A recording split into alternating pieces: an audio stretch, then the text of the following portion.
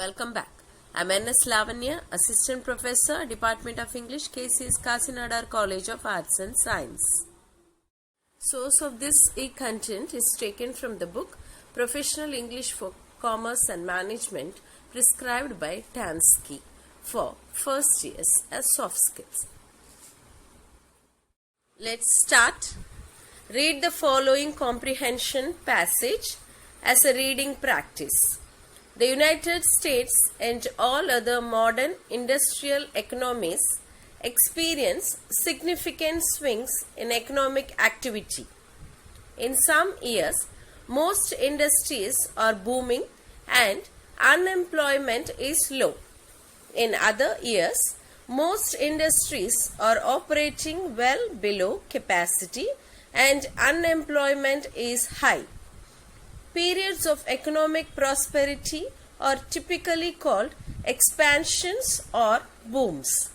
Periods of economic decline are called recessions or depressions. The combination of expansions and recessions, the ebb and flow of economic activity, is called the business cycle.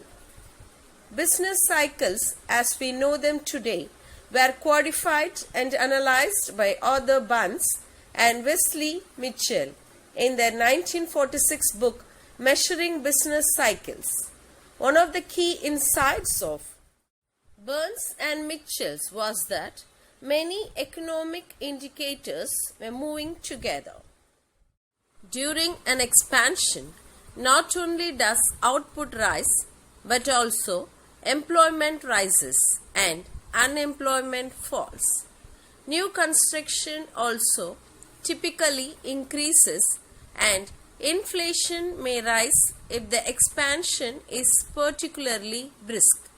Conversely, during a recession, the output of goods and services declines, employment falls, and unemployment rises. New construction also declines. In the era before the Second World War, prices also typically fell during a recession. That is, inflation was negative. Since the 1950s, prices have continued to rise during downturns, though more slowly than during expansions. That is, the rate of inflation falls.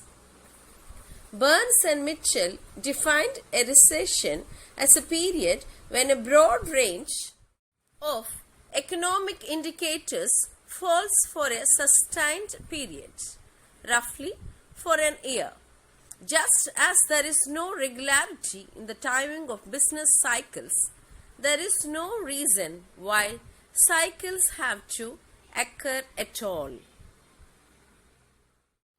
The prevailing view among economists is that there is a level of economic activity, often referred to as full employment, at which the economy could stay forever.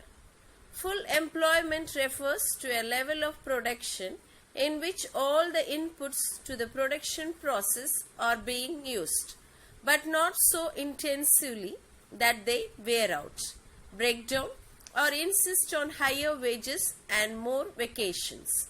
When the economy is at full employment, inflation tends to remain constant. Only if output moves above or below normal does the rate of inflation systematically tend to rise or fall. If nothing disturbs the economy, the full employment level of output, which naturally tends to grow as the population increases and new technologies are discovered, can be maintained forever. There is no reason why a time full of employment has to give way to either an inflationary boom or a recession. Let's look at the next paragraph. Business cycles do occur, however, because disturbances to the economy of one sort or another push the economy above or below full employment. Inflationary booms can be generated by surges in private or public spending.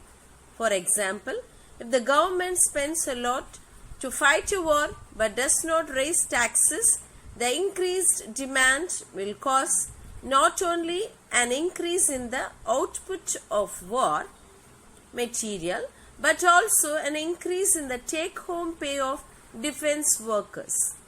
The output of all the goods and services that these workers want to buy with their wages will also increase, and total production may surge above its normal comfortable level.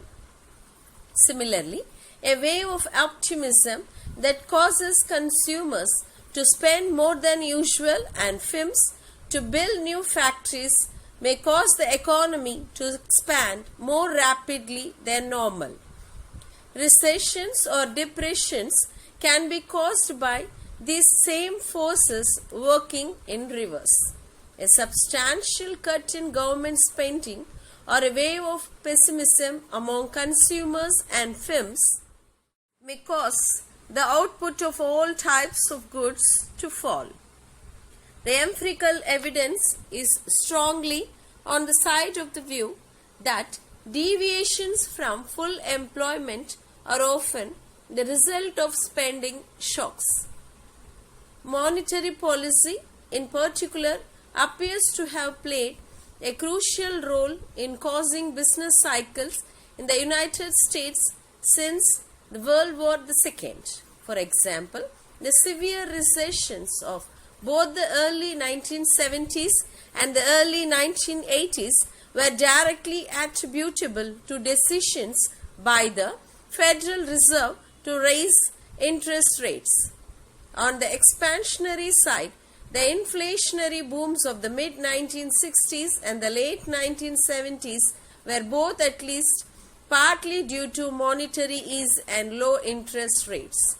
The role of money in causing business cycles is even stronger if one considers the era before World War II.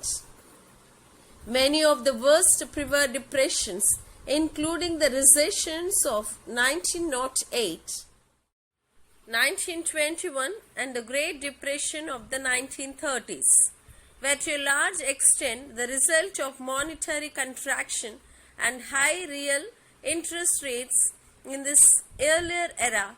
However, most monetary swings were engendered not by deliberate monetary policy but by financial panics, policy mistakes, and international monetary developments.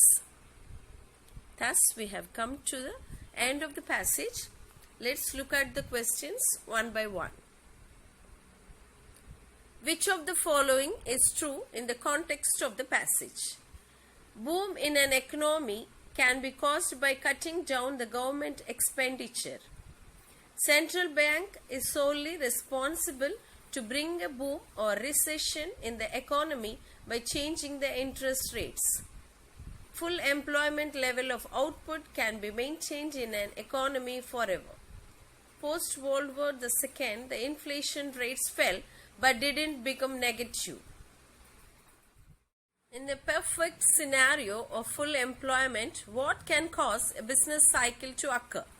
A wave of optimism among consumers and producers when the government's expenditure exceeds its income, when government's income exceeds its expenditure or reduction in government spending, pessimism among government officials, or else all of these.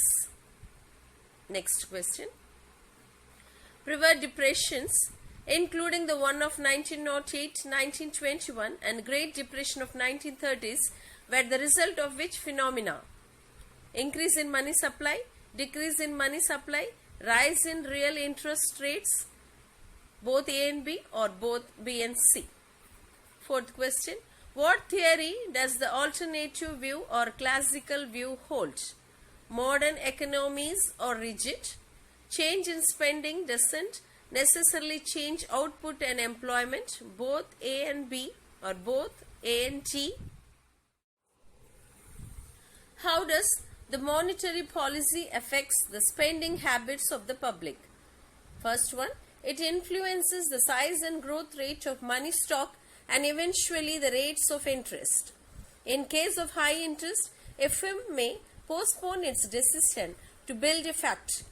Monetary policy stances adopted by the central bank can throw an economy into expansion or depression. Monetary policy affects the magnitude of the money supply in the economy, or else all of this. Next question. In an economy where interest rates are low, that would be the possible outcome. Such an economy reflects a period of depression. Public will be willing to borrow more as the cost of money rises. Banks will be willing to lend more, or the monthly repayments of mortgage will. Dear students, read all the questions and try to get the answer from the passage. Thus, the end of the video. Thanks for watching. We meet again next time with another interesting topic.